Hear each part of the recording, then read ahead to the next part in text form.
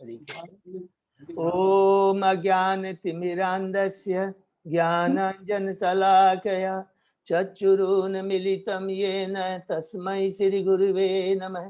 श्रीचैतन्यमनोभीष्टं स्थापितं येन भूतले स्वयं रूप कदा मह्यं ददाति स्वपदान्तिकं। वन्देऽहं श्रीगुरु श्रीयुतपदकमलं श्रीगुरु वैष्णवांच च श्रीरूपं साग्रजातं सहगना रघुनाथं वितं तं सजीवं स्वाद्वैतं सावभूतं परिजं सहितं कृष्ण चैतन्य देवं श्री राधा कृष्ण पादान सहगना ललिता श्री विशाखावितांत च नमो विष्णुपादाय कृष्ण पृष्ठाय भूतले श्रीमते भक्ति वेदांत स्वामिन इति नामने। नमस्ते सारस्वते देवे गौरवाणी प्रचारिणे निर्विशेषा शून्यवादी पाश्चात्य देश तारिणे वांछा कल्पतरुभ्यः कृपा सिन्धुभ्येव च पतितानां पावनेभ्यो वैष्णवेभ्यो नमो नमः। नमो महावदान्याय कृष्ण प्रेम पदायते कृष्णाय कृष्ण चैतन्य नामने गौरविषे नमः। हे कृष्ण करुणा सिंधु दीन बंधु जगतपते गोपेश गोपिका कांत राधा कांत नमस्तुते। तप्त कांचन गौरांगी राधे बिंदावनेश्वरी वृषभानुसुते देवी प्रणमामि हरिप्रिये नीलांचल निवासाय नित्याय परमात्मने बलभद्र सुभद्रायां जगन्नाथाय ते नमः। जय श्री कृष्ण चैतन्य प्रभु नित्यानंद श्री अद्वैत गदाधर श्रीवासादि गौर भक्तबिंद मुखम करोति वाचालम पंगुलंगे गिरिम यत्कृपातमहं वन्दे श्री गुरुं दीनतारिणं परमानंद माधवं श्री चैतन्य ईश्वरं। हरे कृष्णा कृष्णा कृष्णा हरे हरे हरे राम राम राम हरे हरे। श्री श्री मंगलाचरण की जय। शिला प्रभुपाद की जय। आवाज सबको क्लियर है प्रभु? हरे कृष्णा प्रभु, दंडवत प्रणाम प्रभु। जन प्रणाम प्रभु। आवाज क्लियर है ना? ठीक है। तो अभी हम लोग श्रीमद् भागवतम का पाठ कर रहे हैं। कैंटो 1 का अभी हम लोग पढ़ रहे हैं।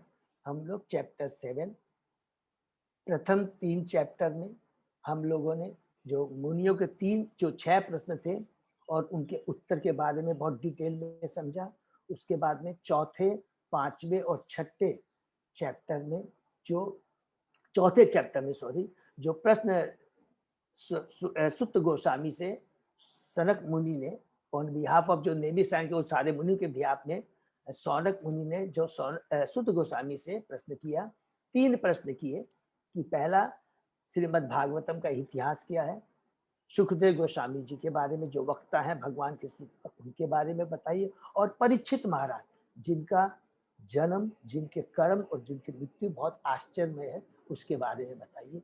तो उन 3 क्वेश्चन के उत्तर में चौथे, 5वें और 6ठे चैप्टर में बहुत डिटेल में हमने श्री भागवतम की रचना का इतिहास क्या उसके बारे में हमने स्टार्टिंग से लेकर व्यासदेव जी जिन्होंने बहुत सारे वेद, पुराण, उपनिषद की, महाभारत सबकी रचना करने के बाद वे संतुष्ट नहीं थे। नारद जी उनके गुरु आते हैं और उनके असंतुष्टि का कारण बताते हैं कि तुमने सारे सब कुछ लिखा है धर्म, लेकिन जो भी जितने भी 60 लिखे बहुत ध्यान से सुनेंगे, उसमें तुमने ज्यादा करके जोर किस पर दिया है? धर्म, अर्थ, काम और मोक्ष के ऊपर। भगवान के बारे में लिखा जरूर है, लेकिन धर्म, अर्थ, काम, मोक्ष पर इतना ज्यादा लिख दिया है कि जो भगवान के बारे में तुमने जो कहा है वो दब जाता है। और बद्ध जीव 3 गुणों से इतने प्रभावित होते हैं, इतने आकर्षित हो जाते हैं, जो रियल जो अंश, जो सार है, जो वेदों का जो सार है, उसको तो भूल जाते हैं और अपने इंद्रिय तृप्ति के लिए जो चीज आवश्यक होती है उसको सिलेक्ट कर लेते हैं कि कैसे सरस्वती की पूजा करें, कैसे लक्ष्मी की पूजा करें, कैसे देवी दुर्गा की पूजा करें, यश मिले, धन मिले, इसके। तो यही तुम्हारी सबसे मिस्टेक थी। इसीलिए उन्होंने, नारद जी ने बताया कि वास्तविक क्या है, तुष्टि किसको हो सकती है जीव में, अगर वो भक्ति योग के बारे में जाने, भगवान के बारे में, भगवान की महिमा। इसलिए नारद जी ने व्यास देव जी को पूरी डिटेल में इस भक्ति योग के बारे में समझाया। ये बहुत इंपॉर्टेंट, जो हमारा बड़ा सौभाग्य है, जो हमने भक्ति क्या है भगवान की, और जीव का लक्ष्य क्या है, आत्मा का भोजन क्या है, ये हमने बहुत डिटेल में समझा। और उसके बाद में नारद जी ने अपना उदाहरण दे करके बताया कि कैसे मैं पहले दासी पुत्र था ब्रह्मा के कल्प में, उसके बाद में मैं कैसे शुद्ध भक्तों का संग कर करके उनके मुखारबिंद से सुन कर करके कैसे मैं एक दासी के पुत्र से शरीर छोड़ कर करके दूसरा मैंने ब्रह्मा के दूसरे कल में हमने आध्यात्मिक शरीर प्राप्त कर करके, और मैं पूरे ब्रह्मांड में मैं विचरण करता रहता हूँ और भगवान की रूप गुण लीलाओं का समन करता रहता हूँ। और मेरी ये जो बीड़ा है स्वयं भगवान श्री कृष्ण ने मुझको दी है, ये कोई साधारण नहीं है, ये दिव्य बीड़ा है जिसका मैं भगवान के प्रचार में यूज करता हूँ। इस प्रकार वो बोलकर नारद जी वहां से चले जाते हैं। उसके जाने के बाद में फिर सौनक मुनि पूछते हैं सुत गोस्वामी से कि नारद मुनि जी के चले जाने के बाद व्यासदेव जी ने क्या किया। तब सुत गोस्वामी उसका जवाब देते हैं, नारद मुनि के चले जाने के बाद व्यासदेव धीरे धीरे वो क्या करते हैं, विचरण करते हुए सरस्वती नदी के पश्चिम तट पे जाकर के, जहाँ पर सम्यप्रास नामक स्थान है, वहां पर अपना आश्रम बनाकर कुटिया में बैठ जाते हैं और भगवान का ध्यान करना शुरू कर देते हैं। जब वो भगवान का ध्यान शुरू करते हैं तो उन्होंने 3 चीजों को देखा। देखिए ये बहुत इंपॉर्टेंट है, चौथा 4, 5, 6, 7 श्लोकों में बहुत अच्छी बातें लिखी है कि उन्होंने भगवान का ध्यान किया। तो उन्होंने अपने ध्यान में क्या क्या देखा, एब्सोल्यूट ट्रूथ, पूर्ण भगवान, ध्यान से लिखे, इसको अंडरलाइन, पूर्ण भगवान को देखा। भगवान श्री कृष्ण एकमात्र पूर्ण भगवान है जिसके अंदर में सारे अवतार, भगवान के अंश, भगवान की सारी शक्तियां, जो कि 3 शक्तियां मुख्य है, बहिरंगा शक्ति, अंतरंगा शक्ति और सबको उसके अंदर में देखा। और साथ ही साथ उन्होंने और 2 चीजों को भी देखा। क्या? स्पेशली उन्होंने बहिरंगा शक्ति को टच किया और जीव को देखा। क्यों बहिरंगा शक्ति को न किया? कि उन्होंने देखा कि ये जो जीव है, क्योंकि वो तो 3 गुणों से ऊपर है, क्योंकि तो वो सच्चिदानंद है, तो वो फिर कैसे बिविल्डर हो जा रहा है, ये भौतिक। तब उन्होंने देखा, अरे ये भगवान की जो बहिरंगा शक्ति है, ये हम जीव को बिविल्डर कर देती है। इसीलिए बहिरंगा शक्ति को यहाँ पर प्रभुपाद ने तात्पर्य में कहा है, इसकी तुलना अंधकार से की गई है। क्योंकि बहिरंगा शक्ति क्या है, सत्य को, असत्य को सत्य दिखाती है, और जो चीज सच नहीं है उसके प्रति आकर्षित करती है और हमको बिविल्डर करती है। तब व्यासदेव जी ने इन तीनों चीज को देख करके कहा कि ये जो मेरा जीव है, भगवान का जो जीव है, सच्चिदानंद है, ये कैसे जो बहिरंगा शक्ति के बस में आकर के अपने लक्ष्य को भूल जा रहा है और जन्म मृत्यु ब्रह्मचारी के चाकर में घूमता जा रहा है, तो इसका सोल्यूशन क्या है? तो अब उन्होंने देखा कि इसका सोल्यूशन केवल एक ही है, वो क्या है? भक्ति योग। अगर भगवान की भक्ति की जाती है शुद्ध मन से, तो जीव 110% अपनी पुरानी चेतना, माने सच्चिदानंद वाली चेतना, जो कि दिव्य चेतना है, उसको प्राप्त कर सकता है। और अंत वाले जो 7वां श्लोक में बहुत इंपॉर्टेंट, अगर जीव भगवान की दिव्य सेवा करता है, भगवान के रूप गुण लीलाओं का स्मरण करता है, तो उससे क्या होता है? वो भगवान की शुद्ध भक्ति में लग जाता है और इस भौतिक जगत के जो 3 दोष हैं, इसमें शोक, मोह और भय से वो मुक्त हो जाता है। तो ये हमने पढ़ा। और क्योंकि शोक मोह का मतलब क्या हुआ, बहुत कोरिलेट कर लेंगे। देखिए, बहुत, जब तक हमारी भौतिक चीजों के प्रति आसक्ति रहती है, चाहे वो कितना पढ़ा लिखा ना कुछ भी हो, अपने कोई भी कितना भी कुछ बोले, वो 3 चीजों से बचा नहीं रहता। जैसे ही हमारा भौतिक चीज के प्रति आसक्ति हुई, 3 चीजें हमेशा हमारे को तंग करेगी, शोक, मोह, भक्त, जो हमने कल डिटेल में डिस्कस किया था। जो चीज हमारे पास नहीं है, जो अगर चली जाती है तो उसका शोक करते हैं। जो हमारे पास में है उसके प्रति इतनी आसक्ति रहती है, हम सब कुछ भूल जाते हैं, और उस आसक्ति के चलते हमारा रजोगुण का प्रभाव और बढ़ता चला जाता है, और उसके प्रति इतना मोह जाता है कि उसका हमेशा उसी के अंदर में उनकी इंद्रिया केंद्रित हो जाती है। और भय कि ये जो चीज आज मेरे पास में है वो कहीं चली न जाए। तो इस प्रकार शोक मोह भय से वो डिस्टर्ब रहते हैं। उसके बाद में उनका ध्यान टूटता है व्यासदेव जी का, और उन्होंने श्रीमद् भागवतम की वो रचना करते हैं। और वो रचना करने के बाद में वो सर्वप्रथम वो क्या करते हैं, उसमें उन्हें भगवान की भक्ति को जोड़ा। यहाँ बहुत ध्यान से सुने कि उन्होंने ये भागवतम अपने पुत्र सुखदेव गोस्वामी को सुनाया, जो कि शुरू से ही वो मुक्त पुरुष थे। तो हमेशा हम याद रखेंगे कि ये हम लोग की बहुत बड़ी कृपा है कि मुक्त पुरुष भक्त में क्या फर्क होता है।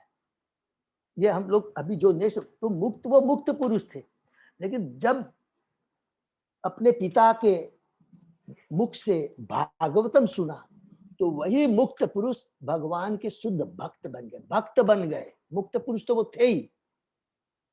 चतुष कुमार भी, वो जब ब्रह्मा जी के प्रथम पुत्र हैं चतुष कुमार, जो हमने पढ़ा था कि जो 22 अवतार जो पढ़े थे उसमें सबसे पहला अवतार चतुष कुमार का था, वो भी मुक्त पुरुष थे, लेकिन वो भी भक्त बने। कैसे बने? भगवान के चरणों पे चढ़ी हुई तुलसी को उसके सुगंध को ग्रहण करके वो भगवान के शुद्ध भक्त बन गए। सुखदेव गोस्वामी मुक्त पुरुष है, लेकिन भगवान अपने पिता से भागवतम सुन करके उनका भगवान से उनकी भक्ति जागृत हो गई। तो ये हम लोगों ने पढ़ा। तो इसीलिए यहाँ पर फिर बताते हैं, इतना तो हुआ। उसके बाद में लास्ट जो हमने पढ़ा, सौनक ऋषि प्रश्न करते हैं सुत गोस्वामी से कि सुखदेव गोस्वामी अगर जब वो भगवान के शुद्ध भक्त है, मुक्त पुरुष में शुद्ध भक्त है, तो फिर वो जब व्यासदेव जी भागवतम करते हैं तो उसमें जाके क्यों बैठते हैं, उसको पुनः क्यों सुनते हैं। तो ये क्या है, इसके बारे में हम लोग नेक्स्ट श्लोक से हम लोग पढ़ेंगे। बहुत सब लोग ध्यान दे सके सुनेंगे। बहुत ही अच्छा श्लोक है जो मैंने सब भक्तों से रिक्वेस्ट किया था वो पढ़े, ठीक है ना। तो हम लोग आगे शुरू करते हैं। श्लोक नंबर 10 से है ना प्रभु। ओम नमो भगवते वासुदेवाय।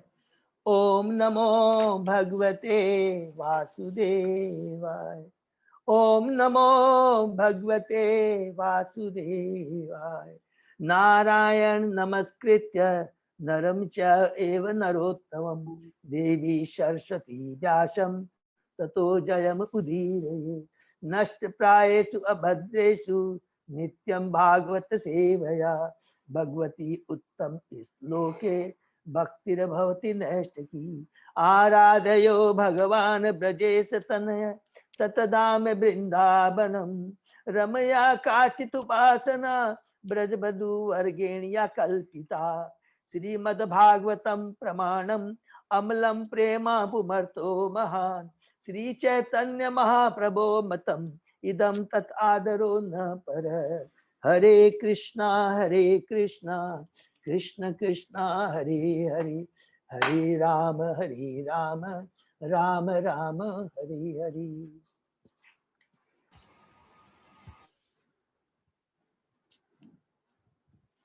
श्लोक नंबर 10। शुद्ध वाच आत्मा राम मुनयो निर्घ्रंता उक्रमे कुर्वन्ति हेतु किम भक्ति इत्थम भूत गणो हरि। तो इसमें देखिए कितने क्या क्या वर्ड यूज किया है। आत्मा रामस्य मुनयो निर्ग्रंथ उपक्रमे कुर्वन्ति हेतु की इत्थम भूत गुणों और हरि। एक एक चीज का तो इसका हम लोग पहले तात्पर्य पढ़ते हैं। यद्यपि आत्मा राम के विभिन्न भेद, विशेष रूप से वे जो आत्म साक्षात के पथ पर स्थापित हो चुके हैं, समस्त प्रकार के भौतिक बंधन से मुक्त रहते हैं, तो भी वे भगवान की अनन्य भक्ति करने के इच्छुक रहते हैं। इसका अर्थ यह हुआ कि भगवान में दिव्य गुण है, अतः वे मुक्त आत्माओं सहित प्रत्येक व्यक्ति को आकृष्ट करते हैं। अर्थात चाहे वो मुक्त आत्मा हो या जो भी व्यक्ति हो, भगवान के इतने दिव्य गुण हैं, हर किसी को वो क्या करते हैं, आकर्षित करते हैं। तो यद्यपि आत्मा रामों के विभिन्न भेद, तो आत्मा राम का मतलब क्या, जो अपने में संतुष्ट। तो जैसे निर्विशेषवादी भी होता है, ज्ञानी भी होता है, ध्यानी भी होता है, योगी भी होता है, और भगवान का भक्त, वो सभी आत्माराम है। आत्मा, क्योंकि वो निवृत्ति मार्ग अर्थात वो धर्म अर्थ काम मोक्ष से ऊपर, माने वो तीनों धर्म अर्थ काम तीनों की उनकी इच्छा नहीं होती है। वो अपने में ही दिव्य आत्माराम मीन्स जो अपने में आनंद प्राप्त करता है, जिसको आत्माराम माने अपनी आत्मा में ही रमण करता है और अपनी आत्मा में वो आनंद की प्राप्ति करता है। तो यहाँ पर तात्पर्य में बहुत डिटेल में लिखा हुआ है, डिटेल में उसको हम लोग अलग की आत्माराम के भी अलग अलग मीनिंग दिए हैं, ठीक है ना। तो सबको समझ में आ गया, आत्माराम मीन्स जो अपने में है वो क्या है, आत्मा, जो तीनों निर्वृत्ति मार्ग अर्थात जिनको तीनों माने कोई भी भौतिक चीजों के प्रति कोई आसक्ति नहीं है, सिंपल ही चीज है वो अपने। मुनि बहुत सिंपल है, जो मुनि है, जो ज्ञानी है, जो योगी है, वो क्या है, स्टडी करते हैं, ध्यान करते हैं, योग करते हैं। निर्ग्रंथा का मैंने यहाँ पे पढ़ा, प्रभुपाद जी ने बताया कि निर्ग्रंथ का मतलब दो अर्थ बताया। एक तो ये बताया निर्ग्रंथ है, निर्ग्रंथ, ग्रंथ का मीन्स साहित्य जो हमारे वेद है। निर्ग्रंथ माने जो तीन ग्रंथों से ऊपर है, माने जिसने बहुत ग्रंथों को आप पढ़ लिया अब उसको दरकार नहीं है। और एक दूसरा निर्ग्रंथ बोला कि मूर्ख, जिनको इसके बारे में कोई भी ज्ञान प्राप्त नहीं है, माने वो इसको कोई भी मतलब नहीं है, वेदों शास्त्रों से कोई मतलब नहीं है, उसके करके उन्होंने ये दो चीज बताया, ठीक है ना। उपक्रम में यहाँ पे बताया है कि उपक्रम शब्द का है जिसके कार्यकलाप महिमा मंडित है, अर्थात भगवान विष्णु शक्तिमान है और उनके कार्यकलाप इतने महिमामय हैं। इसको हम लोग पढ़ते तात्पर्य पढ़ रहे हैं। भगवान विष्णु शक्तिमान है, उनके कार्यकलाप इतने महिमा है कि उन्होंने अपनी अंतरंगा शक्ति से आध्यात्मिक जगत की तथा बहिरंगा शक्ति से इस भौतिक जगत की सृष्टि की है। अपने सर्वव्यापक स्वरूप के कारण वे परम सत्य के रूप में सर्वत्र विद्यमान है और अपने वैयक्तिक रूप से वे सदैव अपने गोलोक धाम वृंदावन में उपस्थित रहते हैं। तो यहाँ पर भी फिर भी टच सब लोग समझ गए हैं कि भगवान कहते हैं कि वो सदैव अपने गोलोक धाम वृंदावन में रहते हैं, वो वृंदावन धाम को नहीं छोड़ते हैं, जिसको हमने बहुत अच्छे से क्लियर कर लिया था कि भगवान गोलोक धाम में रहते हैं। वो अपने एक्सपांशन के माध्यम से पहले बलदेव, उसके बाद अलग अलग हमने बहुत डिटेल किया कि वो अलग अलग एक्सपांशन के माध्यम से अपने अलग अलग रूपों में, अवतारों में और शक्ति के रूप में वो प्रकट होते रहते हैं। अपनी शक्तियों के भाव से अलग भौतिक जगत की इसका क्या करते हैं, सृष्टि करते हैं, उसका पालन करते हैं, उनका संहार करते हैं, ठीक है। जहां पर वे अत्यंत विविधतामय लीलाओं का प्रदर्शन करते हैं, उनके कार्यकलाप की तुलना अन्य किसी से नहीं की जा सकती। अतः उपक्रमम शब्द उन्हीं को सौंपा देता है, केवल भगवान श्री कृष्ण को। उसके बाद में कुर्वंती, संस्कृत क्रिया व्यवस्था का कुर्वंती का था किसी अन्य के लिए काम करना। इसका अर्थ यह हुआ कि जो आत्माराम भगवान की भक्ति अपने स्वार्थ नहीं अपितु भगवान हुक्म की प्रसन्नता के लिए करते हैं। जो आत्माराम करते हैं तो निर्ग्रंथ, आत्माराम, उपक्रम, कुर्वंती। उसके बाद में आता है हेतु। हेतु का अर्थ है कारण। मनुष्य की इंद्रिय तुष्टि के अनेक कारण हो सकते हैं और उनका वर्गीकरण भौतिक भोग, योग शक्ति तथा मुक्ति के रूप में किया जा सकता है। धर्म, अर्थ, काम, अष्ट सिद्धि के लिए हो सकता है, किसी के लिए भी हो सकता है, जिसकी कामना सामान्यतः सारे प्रगतिशील व्यक्ति करते हैं, जो कि अपने इंद्रिय तृप्ति के लिए करते हैं। जहां तक भौतिक भोग का सवाल है, भोग तो अनेक हैं और भौतिकतावादी उनकी संख्या बढ़ाते रहने के लिए उत्सुक रहते हैं, क्योंकि वे माया के वश में होते हैं। भौतिक भोगों का न तो कोई अंत है, न ही भौतिक जगत में ये सारे भोग किसी एक व्यक्ति में आ सकते हैं। जहां तक योग शक्तियों का प्रश्न है, उनकी संख्या 8 है। हम लोग पूरा डिटेल में पढ़ेंगे इसको। भक्ति रसामृत सिंधु के अंदर में भी है, उपदेशामृत के अंदर में भी है, ठीक है ना। ये उनकी संख्या 8 है इन योग शक्तियों का, जिसमें बहुत सिंपल है कि जीव छोटा से छोटा हो सकता है, अपने को बड़ा से बड़ा कर सकता है, अपने को हल्का कर सकता है, एक लोक से दूसरे लोक में जा सकता है। इस तरह की ये 8 सिद्धियां हैं। अतः अनन्य भक्ति का अर्थ है उपर्युक्त व्यक्तिगत लाभों की आकांक्षा से रहित होकर भगवान की सेवा करना। अहेतु की माने जिसमें कोई हेतु कारण नहीं होता है, केवल एक अन्य अभिलाषा शून्य ज्ञान कर्मादि अनावृत, सब कुछ छोड़ कर करके केवल भगवान कृष्ण की तुष्टि के लिए कार्य करना। सर्वशक्तिमान भगवान श्री कृष्ण समस्त प्रकार के व्यक्तिगत लाभों से मुक्त ऐसे अनंत भक्तों द्वारा पूर्णतः प्रसन्न किए जा सकते हैं। उन्हीं के द्वारा हम शुद्ध भक्ति के द्वारा भगवान को प्रसन्न कर सकते हैं। हरे कृष्णा प्रभु जी।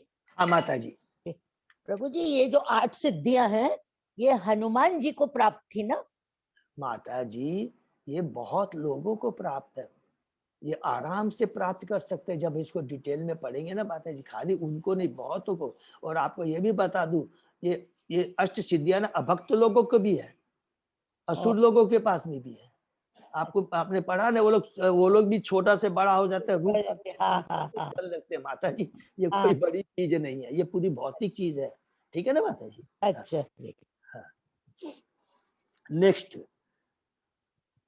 यहाँ हरि भक्ति सुदय के अनुसार इत्थम भूता, तो अब इसके बाद में आता इत्थम भूता शब्द का आशय पूर्ण आनंद। इसको हम लोग बहुत ध्यान से पढ़ेंगे। अभी हम लोग ने आत्मा राम के बारे में पढ़ लिया, हमने मुनि के बारे में समझा, निर्ग्रंथ के बारे में समझा, उपक्रम के बारे में समझा, कुर्वंती के बारे में पढ़ा, हेतु के बारे में पढ़ा। इत्थम भूत गुणो हरि, तो इत्थम भूत शब्द का आशय पूर्ण आनंद है। निराकार ब्रह्म की अनुभूति से प्राप्त दिव्य आनंद की तुलना गोखुर में आने वाले रंच मात्र जल से की जा सकती है। देखिए कितनी बड़ी बात लिखी, इसको हम लोग बहुत बार पढ़ चुके हैं। अर्थात ब्रह्मानंद भी होता है, स्वर्गानंद भी होता है, और भक्ति का भी आनंद होता है। लेकिन भक्ति का जो आनंद होता है, जिसको प्राप्त कर करके चतुष्कुमार, जिसको प्राप्त कर करके पढ़ कर करके सुखदेव गोस्वामी भी भगवान के शुद्ध भक्त, ये इतनी पावरफुल होते, इसलिए स्पेशली ये श्लोक का इसलिए महत्व है। निराकार ब्रह्म की अनुभूति से प्राप्त दिव्य आनंद की तुलना गोखुर में आने वाले रंचमात जल से किया। गोखुर माने समझ गए ना, गाय का जो खुर के नीचे जो छोटा सा जल होता है, तो एक वो थोड़ा सा जल और एक समुद्र का जल की क्या तुलना हम कर सकते हैं? तो वो समुद्र का जो जल है उससे भी ज्यादा करोड़ों समुद्र असंख्य, उसका जो आनंद है वो भक्ति का आनंद है। और गाय के खूर में जो थोड़ा सा जल आता है, वो जो आनंद है ये ब्राह्मण आनंद, स्वर्गानंद के बराबर, माने कुछ भी नहीं है, नथिंग। जो भक्ति में जो आनंद है, भगवान के दर्शन रूपी सागर की तुलना से के आगे यह तुच्छ है। भगवान श्री कृष्ण का निजी रूप इतना आकर्षक है कि यह अपने में समस्त आकर्षण, समस्त आनंद तथा समस्त रसों को सजाए हुए। ये आकर्षण इतने प्रबल है कि कोई भी व्यक्ति इसका विनिमय भौतिक भोग, बहुत ध्यान से पढ़ेंगे हम लोग, योग शक्ति तथा मुक्ति से नहीं करना चाहता। इसकी कोई कंपैरिजन ही नहीं है। इस कथन के समर्थन के लिए किसी तर्क की आवश्यकता नहीं है।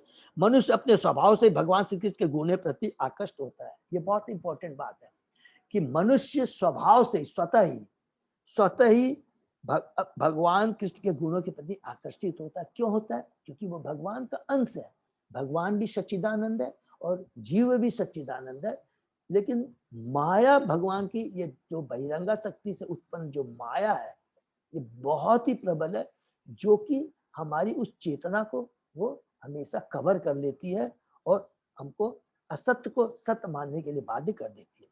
हमें यह पहली बात ही जान लेना चाहिए कि भगवान के गुणों का लौकिक गुणों से कोई सरोकार ही नहीं। There is no comparison. वे सभी आनंद, ज्ञान तथा शाश्वतता से पूर्ण होते हैं। सच्चिदानंद। भगवान के गुण असंख्य हैं। कोई किसी गुण से आकृष्ट होता है तो अन्य किसी अन्य गुणों से। हरि बोल। सनक, सनातन, सनंद तथा सनत कुमार चारों ब्रह्मचारी फूलों की सुगंध तथा भगवान के चरण कमलों पर अर्पित चंदन चर्चित तुलसी दल से आकृष्ट हुए। उसी प्रकार सुखदेव गोस्वामी भगवान की दिव्य लीलाओं से आकृष्ट हुए। सुखदेव गोस्वामी पहले से मुक्त अवस्था को प्राप्त थे। चतुष कुमार पहले से मुक्त अवस्था को प्राप्त थे, फिर भी वे भगवान की लीलाओं से आकृष्ट हुए। इससे यह सिद्ध होता है कि भगवान की लीलाओं की गुणवत्ता को भौतिक संसार से कुछ लेना देना नहीं होता। उसके बाद में और बहुत डिटेल में लिखा है, उसी प्रकार तरुणी गोपियां भगवान के शारीरिक रूप से आकृष्ट हुई, रुक्मिणी भगवान के महिमा का श्रवण करके आकृष्ट हुई, भगवान कृष्ण धन की देवी के भी मन को आकृष्ट करने वाले विशेष परिचयों में वे समस्त तरुणी के मन को मोहित करते हैं। वे व्यक्ष महिलाओं के मनों को मातृ स्नेह के रूप में आकर्षित करते हैं। वे पुरुष के मन के सेवक तथा सखा भाव के रूप में आकृष्ट करते हैं। तो भगवान में इतने गुण हैं, और इसलिए वृंदावन में हमने देखेंगे कि हमने देखा है कि भगवान को हम दास के रूप में, हम लोग साख्य के रूप में, शांत रूप में, वात्सल्य रूप में, माधुर्य, किसी भी रूप में भगवान के संग हम आदान प्रदान कर सकते हैं। सब वो अपने, और जो सबसे सर्वोत्तम है जो कि हमने पढ़ा, और आगे हम लोग जब कैंटो 10 पढ़ेंगे उसमें क्या है, माधुर्य प्रेम है, तो सबसे उत्तम है। उस माधुर्य प्रेम में भी गोपिकाएं, और गोपिकाओं के अंदर भी सबसे उत्तम राधा रानी। ठीक है, नेक्स्ट लास्ट शब्द आता है हरि। हरि शब्द के अनेक अर्थ हैं, लेकिन इसका मुख्य आशय है कि भगवान सारी अशुभ वस्तुओं को नष्ट करते हैं और भक्त के मन को शुद्ध दिव्य प्रेम प्रदान करके हर लेते हैं। घोर कष्ट में होने पर भगवान का स्मरण करने से मनुष्य के सारे दुख तथा चिंताएं दूर हो जाती है। भगवान शुद्ध भक्त के भक्ति मार्ग के सारे अवरोधों को क्रमशः दूर कर देते हैं और श्रवण कीर्तन आदि नवदा भक्ति का फल प्रकट होने लगता है। हरि बोल। तो हरि माने भगवान सब हमारे कष्टों को हर लेते हैं, हमारे दुखों को हर लेते हैं और हमें भक्ति प्रदान करते हैं। ठीक है, भगवान अपने साक्षात स्वरूप तथा दिव्य लक्षणों से शुद्ध भक्त के सारे मनोवैज्ञानिक कार्यकलापों को आकृष्ट करते हैं। ऐसी होती है कृष्ण की आकर्षक शक्ति या आकर्षण शक्ति। यह आकर्षण इतना प्रबल होता है कि शुद्ध भक्त धर्म के चारों नियम में से एक की भी लालसा नहीं करता। धर्म, अर्थ, काम, मोक्ष किसी की भी लालसा नहीं करता। ये बहुत इंपॉर्टेंट है, और ये ऐसा नहीं है कि उसको प्रैक्टिस करनी पड़ती है। केवल एक बार भगवान के शरण कमलों को पकड़ लेता है, उनके नाम गुण लीलाओं का श्रवण कीर्तन शुद्ध भक्तों के संग के बीच में रह के करता है, तो स्वतः ही वो भौतिक चीजों के प्रति आसक्ति खत्म, भक्ति भौतिक चीजों को यूज करता है। माइंड इट, हम लोग जो बहुत, ये भगवान प्रभुपाद जी ने इतना सुंदर हमारी क्लैरिटी ला दी है, वो भौतिक चीजों को यूज करता है लेकिन उसके प्रति आकर्षित नहीं होता।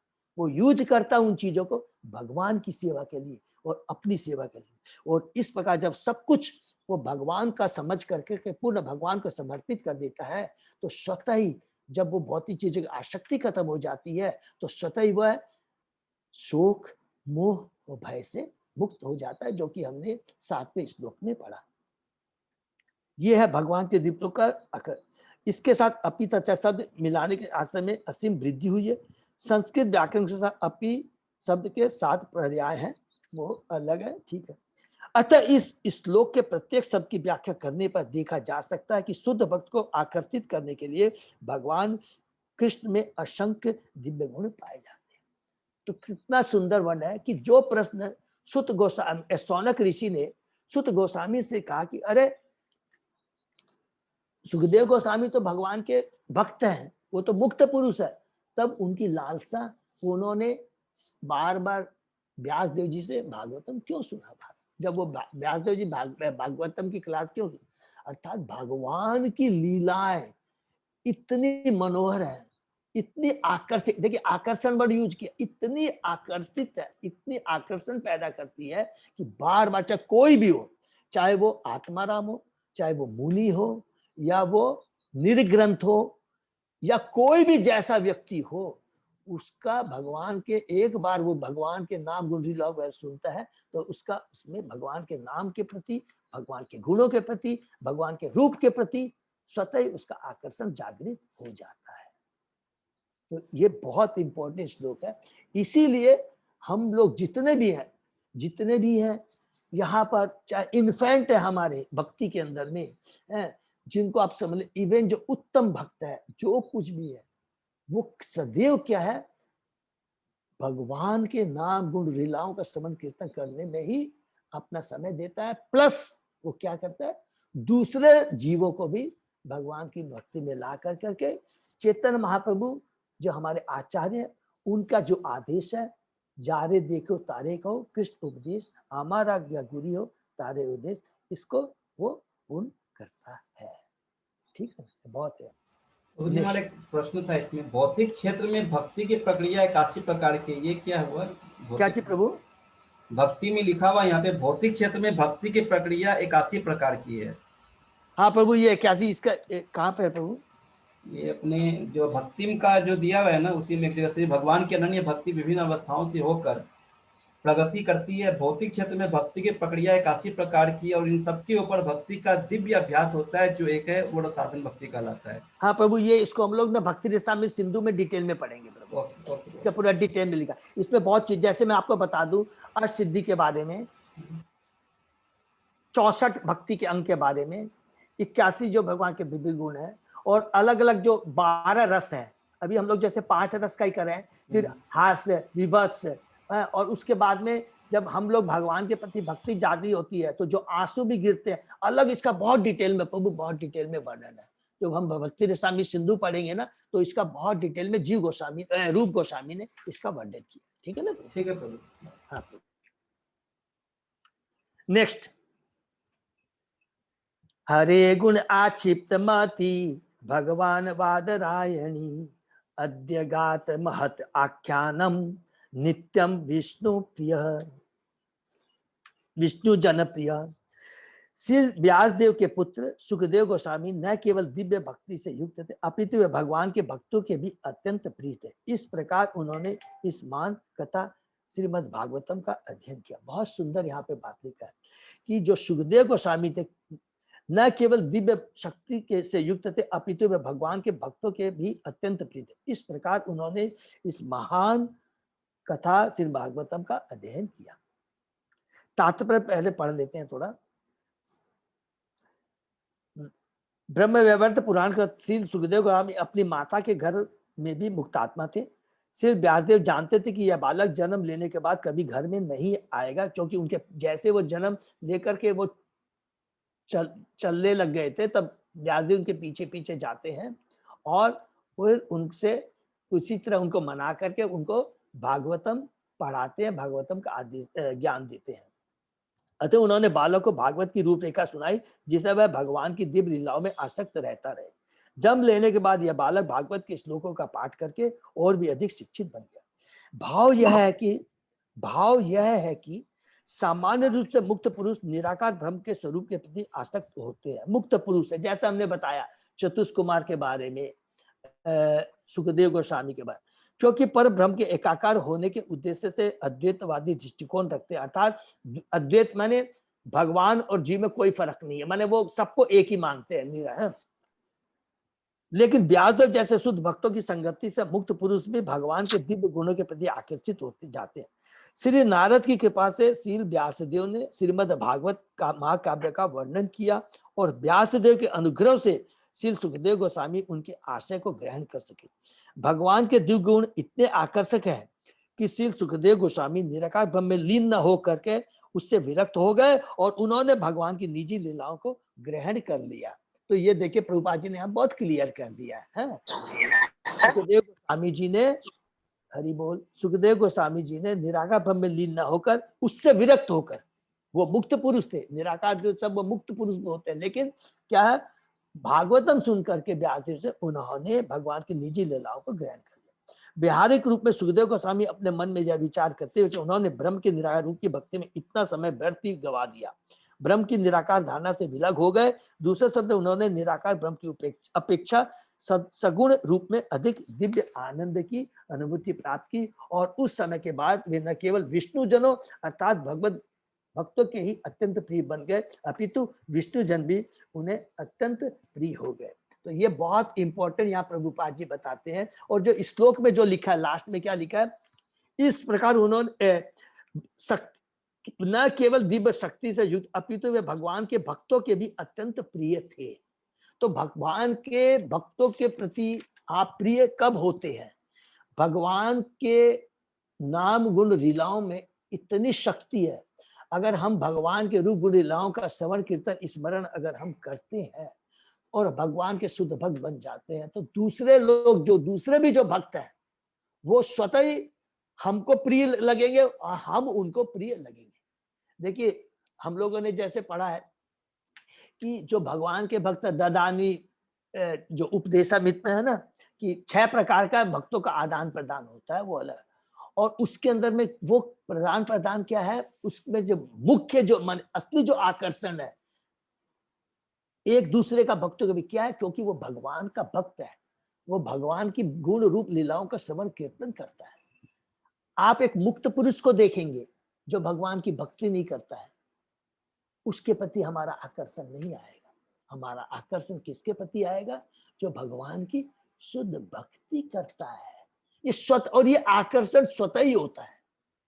आज हम देखेंगे, आज नॉर्मल हम लोगों ने देखा होगा, जो कि हमको अरुण प्रभु कई बार शेयर करते हैं हम लोगों से, कि जब भी कहीं जाते हैं हम तिलक लगा के रखते हैं तो तुरंत वो मुंह से बोलता हरे कृष्णा। बड़े बड़े आप जजों के पास, लेक्चरर के पास, साइंटिस्ट के पास चला तो स्वतः ही उसमें एक उसकी चेतना में दैट फ्रैक्शन ऑफ टाइम में वो लगता है कि ही समथिंग स्पेशल, क्योंकि भगवान का जो शुद्ध भक्त है वो हमेशा स्पेशल होता है, क्योंकि उसके चेहरे में, उसके तिलक में, उसके हाव भाव में, हर चीज में एक स्पेशल भगवान की भक्ति झलकती है। ठीक है, तो इसीलिए यहाँ पर लिखा गया कि सुखदेव गोस्वामी वो वैष्णव वेस्ट कहाँ लिखा है, विष्णु जन भी उनके अत्यंत प्रिय हो गए। वो विष्णु जन उनको प्रिय हो गए और विष्णु जन उनको प्रिय हो गए। तो ये एक दूसरे का भक्तों में होता ही है, ये नेचुरल है। ठीक है ना, तो ये बहुत इंपॉर्टेंट, लास्ट में पढ़ सकते हैं इसमें। लेकिन चूंकि वे स्वयं एक प्रकार भक्त बन गए थे, माने सुखदेव, अतः वे सदैव विष्णु जनों की संगति करना चाहते थे और विष्णु जन भी उनकी संगति की कामना करते, क्योंकि वे साक्षात भागवत बन चुके थे। इस प्रकार पिता तथा पुत्र दोनों ही ब्रह्म के दिव्य ज्ञान से अवगत थे और बाद में वे परमेश्वर के साकार रूप में आसक्त हो गए। इस प्रकार इस श्लोक में इस प्रश्न का भी उत्तर मिल जाता है कि सुखदेव गोस्वामी किस प्रकार भागवत की कथा के प्रति आकृष्ट हुए। अपने पिता के मुखारविंद से भागवतम सुन के वो भगवान के गुणों के प्रति आकर्षित हुए। अर्थात भगवान के गुण कितने महान है, जो कोई भी हो, चाहे वो आत्मा राम हो, मुनि हो, निर्ग्रंथ हो, सबको वो आकर्षित करता है।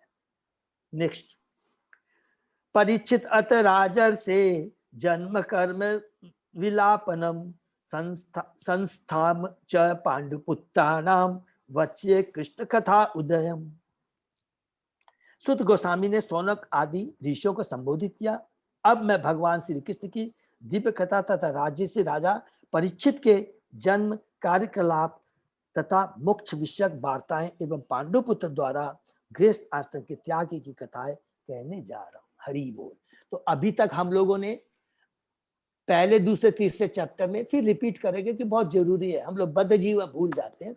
पहले, दूसरे, तीसरे चैप्टर में हमने जो मुनियों के 6 प्रश्न थे उनका प्रश्न और उत्तर सुना, और उसमें बाद में हमने, जिसमें तीनों में यही बताया गया, भगवान श्री कृष्ण दिव्य है, उनके गुण दिव्य है और भगवान की भक्ति उत्तम है। और जब भगवान इस धरा से छोड़ के चले गए तो धर्म ने कहाँ स्थान प्राप्त किया? भागवतम के रूप में उन्होंने स्थान प्राप्त किया। और फिर वो फिर चौथे चैप्टर में आते ही पूछा गया, तो फिर ये भागवतम की रचना कैसे हुई? उसके बारे में नारद मुनि जी और व्यासदेव के वार्तालाप में नारद जी ने बताया कि भक्ति योग ही उत्तम है, और तुमने जो भी है व्यासदेव, जो भी तुमने रचनाएं की है उसमें तुमने भक्ति योग पर ज्यादा जोर न देके धर्म का मोक्ष पर जोर दिया है, इसीलिए लोग बिवल्डर हो जाते हैं, उसका मिसयूज करते हैं। और नारद जी ने भक्ति योग पर जोर दिया, व्यासदेव जी ने उसको समझा, भागवतम की उन्होंने रचना की, फिर उन्होंने सुखदेव जी को सुनाया और सुखदेव जी वो भगवान के शुद्ध भक्त हो गए। यहाँ तक हमने भागवतम का इतिहास के बारे में पढ़ा। अब यहाँ पर लास्ट श्लोक में सुत गोस्वामी सौनक ऋषियों को बोलते हैं, अब मैं तुमको जो 3 प्रश्नों में से दूसरा जो प्रश्न है, तीसरा प्रश्न है कि क्योंकि सुखदेव गोस्वामी के बारे में हम लोग ने बीच में कई बार पढ़ चुका है। पहले हमने पढ़ लिया था कि जब वो जा रहे थे वो कितने मुक्त पुरुष थे, अलग अलग हमने सुखदेव गोस्वामी पढ़ा। अब यहाँ पर सुत गोस्वामी कह रहे ऋषियों की अब मैं तुम्हें परीक्षित महाराज के जन्म कार्य तथा मोक्ष विषयक वार्ताएं एवं पांडव पुत्र द्वारा गृहस्थ आश्रम के त्याग की कथाएं कहने जा रहा हूं। ठीक है, तो थोड़ा सा तात्पर्य भी पढ़ लेते हैं, अच्छा है। भगवान कृष्ण पतितात्मा पर इतने सदय हैं कि विभिन्न जीवों के मध्य स्वयं अवतार ग्रहण करते हैं और उनके दैनिक कार्यकलापों में भाग लेते हैं। कोई भी ऐतिहासिक तथ्य चाहे पुराना हो या नया, किंतु यदि उसका संबंध कृष्ण की लीलाओं से है तो उसे भगवान की दिव्य कथा समझना चाहिए। देखिए कितनी पावरफुल बात प्रभुपाद जी ने लिखा है। जो भी चीज कृष्ण से संबंधित है उसको आपको दिव्य समझना चाहिए।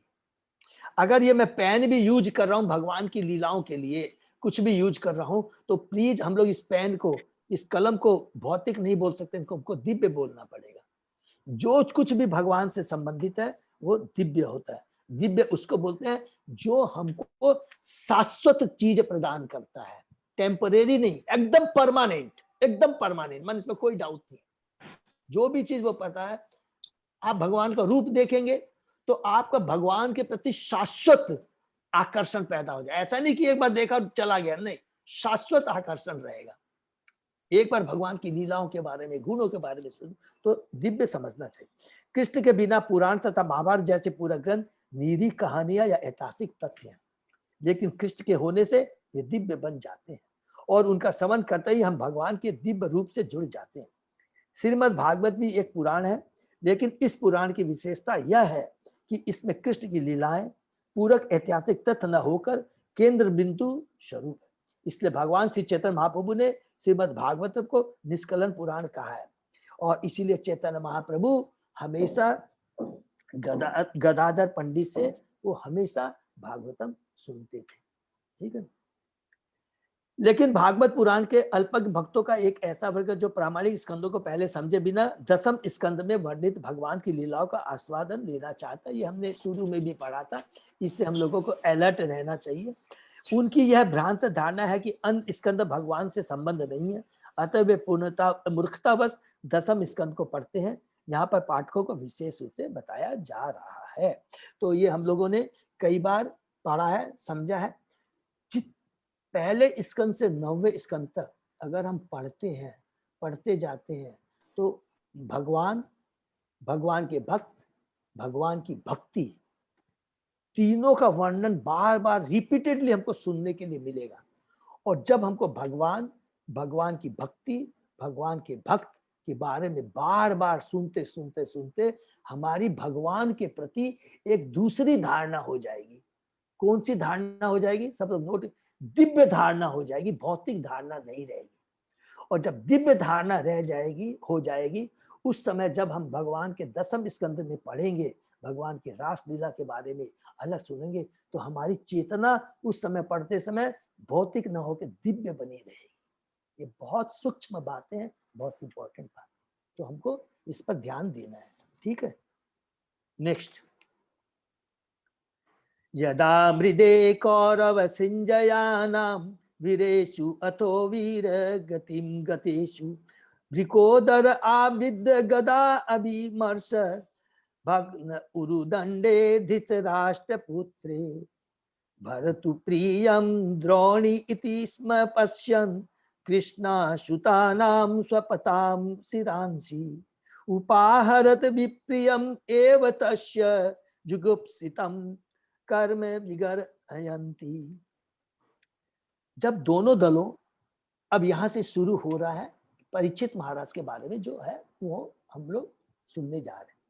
जब दोनों दलों कौरव तथा पांडव के अपने अपने योद्धागण कुरुक्षेत्र के युद्ध स्थल में मारे जा चुके और मृत योद्धाओं को उनके योग्य स्थान शुभ गति प्राप्त हो गए, और जब भीमसेन की गदा के प्रहार से मेरुदंड टूट जाने से धृतराष्ट्र का पुत्र विलाप का गिर पड़ा तो द्रोणाचार्य के पुत्र अवस्था पर, तो यहाँ पर समझ में आ गया ना, भीष्मसेन की गदा के प्रहार से मेरुदंड टूट जाने से धृतराष्ट्र का पुत्र विलाप करता कौन हुआ? ये दुर्योधन गिर पड़ा। तो द्रोणाचार्य के पुत्र अवस्थामा ने द्रौपदी के सोते हुए 5 पुत्र के सिरों को काटकर मूर्खतावश यह सोचते हुए कि इससे उसका स्वामी प्रसन्न होगा, उन्हें पुरस्कार स्वरूप लाकर उसे अर्पित किया। लेकिन दुर्योधन ने इस जघन्य कार्य की निंदा की और वह तनिक भी प्रसन्न नहीं हुआ। तो तात्पर्य में हम थोड़ा पढ़ लेते हैं। श्रीमद् भागवत में भगवान श्री कृष्ण की लीलाओं की दिव्य कथा कुरुक्षेत्र के युद्ध के समाप्त होने से प्रारंभ होती है, जहां भगवान ने स्वयं भगवद गीता में अपने विषय में कहा। अतएव भगवद गीता तथा श्रीमद् भागवत दोनों ही भगवान की दिव्य कथाएं हैं। गीता कृष्ण कथा है क्योंकि यह भगवान द्वारा कही गई है, और भागवतम भी कृष्ण कथा है क्योंकि यह कृष्ण के विषय में। तो भगवद गीता सबको मालूम है, बहुत सिंपल है। भगवद गीता स्वयं भगवान ने कही है और भागवतम भगवान और भगवान के भक्तों के बारे में कही गई है। श्री चैतन्य महाप्रभु चाहते थे कि प्रत्येक व्यक्ति इन दोनों कृष्ण कथाओं के विषय में जाने। भगवान कृष्ण चैतन्य भगवान कृष्ण के भक्त के वेश में साक्षात कृष्ण है। स्वयं चैतन्य महाप्रभु क्या है? स्वयं भगवान है। कृष्ण स्वयं भगवान है और बाकी सब क्या है? उनके अवतार है। अतएव भगवान कृष्ण तथा श्री कृष्ण चैतन्य महाप्रभु दोनों के वर्णन समान है। भगवान चैतन्य की इच्छा थी कि भारत में उत्पन्न सारे लोग इन कृष्ण कथाओं को गंभीरता पूर्वक समझे और पूर्ण अनुभूति होने के बाद वे विश्व के प्रत्येक भाग में इस दिव्य संदेश का प्रचार करें। इससे पीड़ित विश्व में वांछित शांति तथा संपन्नता प्राप्त हो। भारत भूमि ते जन्म हो लो जाए, जन्म सार्थक करो, करो पर उपकार। अर्थात पहले अब जिसका भारत भूमि में जन्म हुआ है वो पहले अपने को जाने, कृष्ण को जाने, उनके उपदेशों को ग्रहण करे और इस प्रकार स्वयं को कृष्ण भावनान्वित कर करके फिर दूसरों को भी पूरे देश, पूरे गांव, समाज, राष्ट्र, विश्व में घूम घूम करके उनके उपदेशों का, उनके नाम गुण रूप लीलाओं का प्रचार करे। ये चैतन्य महाप्रभु की वाणी। नेक्स्ट, माता शिशूनाम निधनम सूतानाम निशम्य घोरम परितप्यमाना तदा अरुदत वाष्पकल आकुल अक्षी ताम सांत्वयम आह किरीट माली। पांडवों के पांचों पुत्र की माता द्रौपदी अपने पुत्रों का वध सुनकर आंखों में आंसू भरकर शोक से रोने लगी। इस महान क्षति में उसे ढांढस बताते हुए अर्जुन उससे इस प्रकार बोले।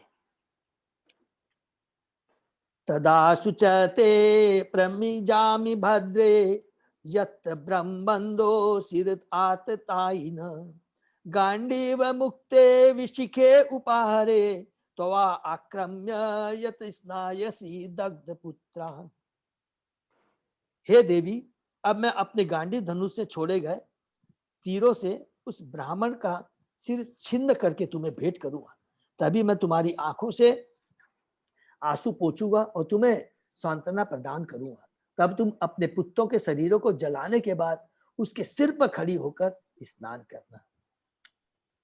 द्रौपदी के जो पांचों पुत्रों को अश्वत्थामा ने, जैसा कि अभी हमने पढ़ा, वो सोए हुए अवस्था में उनको देखिए कितना बड़ा जघन्य अपराध किया। सोए हुए पांचों पुत्रों द्रौपदी को उसने मारा। और ये तात्पर्य में ये चीज हम लोग देखे, प्रभुपाद जी बोल रहे थे कि जो शत्रु घर में आग लगा, 6 चीजों के बारे में निषेध है, बहुत घोर अपराध है। वो क्या क्या है?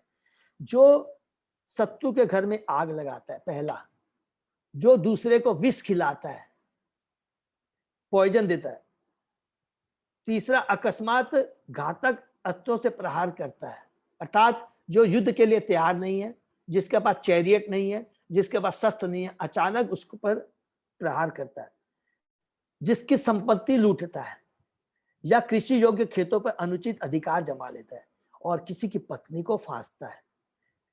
ये 6 आतताई है। ऐसा आतताई चाहे वह ब्राह्मण हो या ब्राह्मण का कथापित पुत्र ही क्यों ना हो, सब प्रकार से दंडनीय है। जब अर्जुन ने अश्वत्थामा नामक आतताई का सिर काटने की प्रतिज्ञा की तो वह जानता था कि अश्वत्थामा ब्राह्मण का पुत्र है, लेकिन वो क्या है? ब्रह्म बंधु बन चुका है। अर्थात ब्राह्मण का पुत्र तो है लेकिन उसमें ब्राह्मण के गुण नहीं है। लेकिन चूंकि उस तथाकथित ब्राह्मण ने कसाई का कार्य किया था, अतः वह आतताई था और ऐसे धूर्त ब्राह्मण पुत्र को मारने में कोई पाप नहीं होता, ये शास्त्र बोलते हैं। इति प्रियाम्बल्गु विचित्र जल्पे सांत्वयित्वा अच्युत मित्रशूत अनुवाद्रवत दंसित उग्र धनुआ कपिध्वज गुरुपुत्रम रथेन।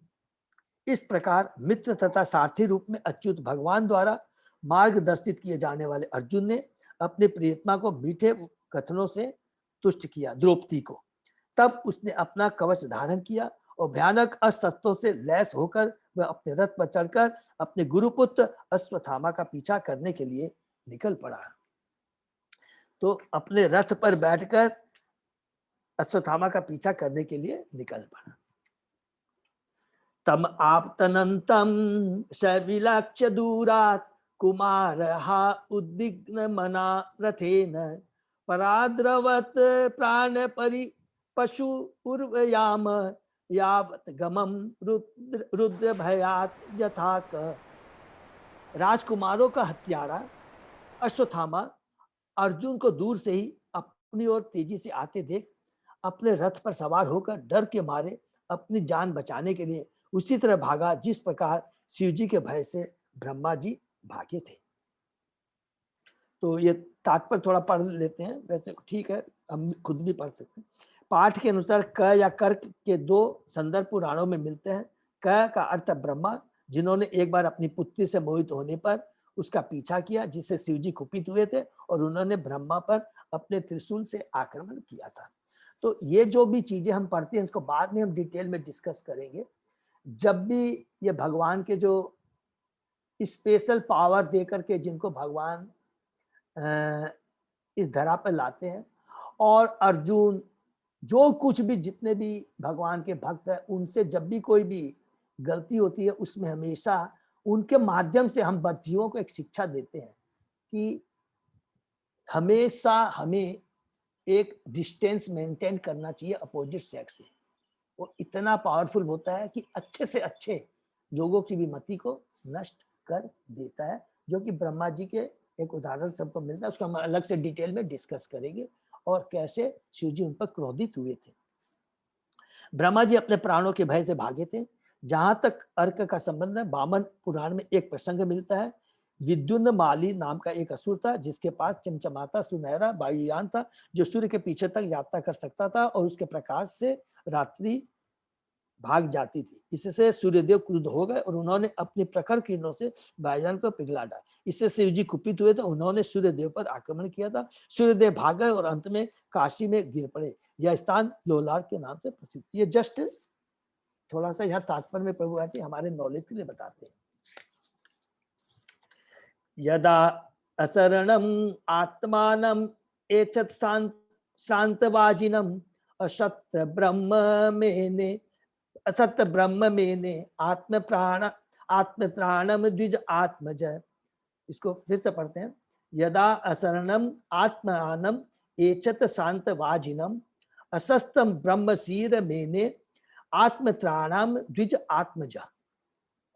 जब ब्राह्मण के पुत्र अवस्थामा ने देखा कि उसके घोड़े थक गए हैं तो उसने विचार किया कि अब उसके पास चरम अस्त्र ब्रह्मास्त्र नाभिकीय हथियार का प्रयोग करने के अतिरिक्त कोई अन्य चारा नहीं रह गया। देखिए जब बुद्धि काम नहीं करती है और उस समय क्या है, यहाँ पर प्रभुपाद जी बताएंगे कि ब्रह्मास्त्र कब छोड़ा जाता है, लेकिन अश्वत्थामा ने कब छोड़ा ये ब्रह्मास्त्र। अंततः जब कोई विकल्प नहीं रह जाता तभी ब्रह्मास्त्र नामक परमाणु हथियार का प्रयोग किया जाता है। देखिए ब्रह्मास्त्र को यहाँ पर प्रभुपाद जी क्या बोल रहे हैं, उस समय देखिए टेक्नोलॉजी कितनी एडवांस थी।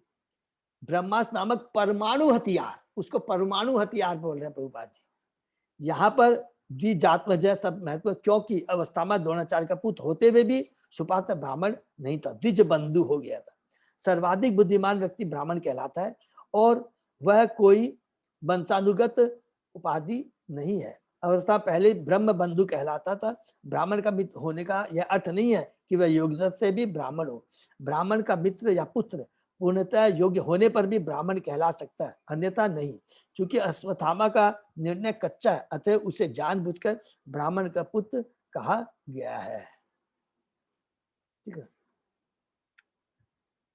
अतः उपसृष्य सलिलम संदधे तत् समाहित अजानम अपि संहारम प्राण कृच उपस्थिति। चूंकि उसके प्राण संकट में थे, अतः उसने अपने को पवित्र करने के लिए जल का स्पर्श किया और ब्रह्मास्त्र चलाने के लिए मंत्रोच्चार में अपना ध्यान एकाग्र किया।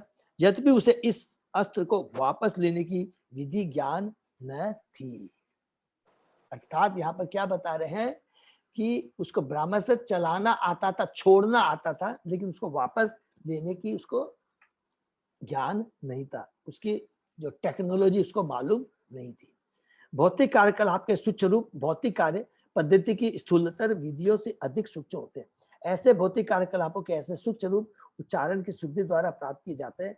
यहाँ पर इसी विधि का उपयोग ब्रह्मास्त्र को चलाने के पूर्व मंत्रोच्चार करके किया जाता है। ये जो प्रभुपाद जी बताते हैं नियम है, क्योंकि ये बहुत पावरफुल मंत्र है। नेक्स्ट, ततः प्रादुष्कृतं तेज प्रचंडम सर्वतः दिशं प्राण आपदम।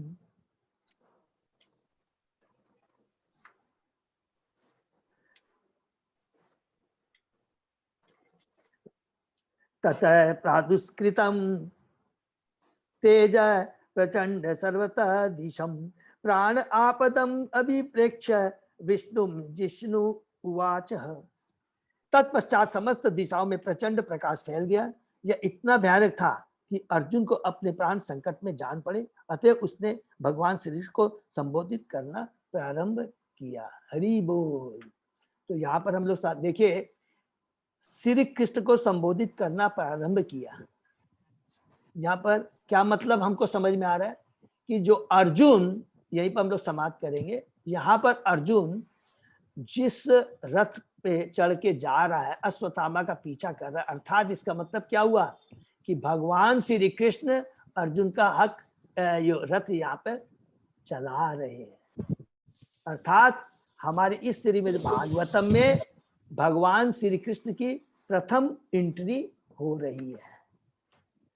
अभी तक हमने भगवान के बारे में सुना है, लीलाओं के बारे में गुण है, लेकिन पर्सनल भगवान यहाँ पर अपने को अपीयर कर रहे हैं, क्योंकि यहाँ पर क्लियर लिखा है, अतः उसने भगवान श्री को संबोधित करना प्रारंभ किया। और उसके पहले क्या लिखा है, अर्जुन रथ पे सवार होकर के निकलता है अश्वत्थामा का पीछा कर। हरे कृष्णा। बहुत ही अच्छा अभी हम लोग जो परीक्षित महाराज के बारे में सुनने जा रहे हैं, और अभी तक जो हम लोग ने नारद मुनि के माध्यम से, बहुत पावरफुल है, नारद मुनि व्यासदेव जी के माध्यम से जो भक्ति योग के बारे में पढ़ा, और भक्ति कितनी दिव्य है, कितनी कृष्ण भगवान का रूप गुण लीलाओं कितने आकर्षण है, उनमें कितना आकर्षण है, ये हमने डीप में सुना है। और इसको हमको बार बार जितना समय मिले हमको याद करना, क्योंकि ये जो हम लोगों ने पहले कैंटो में जो पहले चैप्टर 6 पढ़े हैं, ये बहुत ही पावरफुल है। और इसी को बेस दे कर करके पूरी अंत तक भागवतम में हमको सुनने को, पढ़ने को और रियलाइज करने को मिलेगा। इसलिए क्या भागवतम क्या है, वेरी इंफॉर्मेटिव, बहुत इंस्ट्रक्टिव है, और हमारी भक्ति को भक्ति के बीज को सींचने के लिए, और उसके बाद में अगर हम इसको करेंगे तो भक्ति का भी हमारा सींचन होता रहेगा भगवान के नाम गुण लीलों को सुनने से। तो क्या होगा, ट्रांसफॉर्मेशन, तो हमारा हृदय में परिवर्तन आ जाएगा। वो परिवर्तन क्या है, हम भगवान की भक्ति जागृत हो जाएगी, शोक मोह भय से हम लोग मुक्त हो जाएंगे। हरे कृष्णा। प्रभु एक क्वेश्चन था प्रभु, जैसे हमने भी पढ़ा ना कि जब अश्वत्थामा ने द्रौपदी के 5 पुत्रों का वध किया तो दुर्योधन खुश नहीं हुआ। एक सेकंड प्लीज, सब लोग थोड़ा सा म्यूट करेंगे, मेरी रिक्वेस्ट है प्लीज। हाँ रीना माता जी बोलिए। जब अश्वत्थामा ने द्रौपदी के 5 पुत्रों का वध किया और फिर वो जब दुर्योधन के पास जाता है और उसको बताता है, तो दुर्योधन खुश क्यों नहीं हुआ? हाँ माता जी, देखिए आप हमेशा याद रखेंगे, कोई सुर हो या असुर, आप पूरी भागवतम में एक बहुत बड़ी हमको शिक्षा मिलेगी कि जब भी युद्ध होता है तो युद्ध के नियमों को बहुत पालन करना पड़ता है। युद्ध के बहुत नियम होते हैं। इवन जो असुर होता है वो नॉर्मल युद्ध का पालन करता है। वृत्तासुर को भी देखेंगे, जब वृत्तासुर युद्ध कर रहा था इंद्र से, तो इंद्र के हाथ से जब अस्त्र गिर जाता है तो वृत्तासुर उसको बोलता है तुम अस्त्र उठाओ, वार नहीं करता है।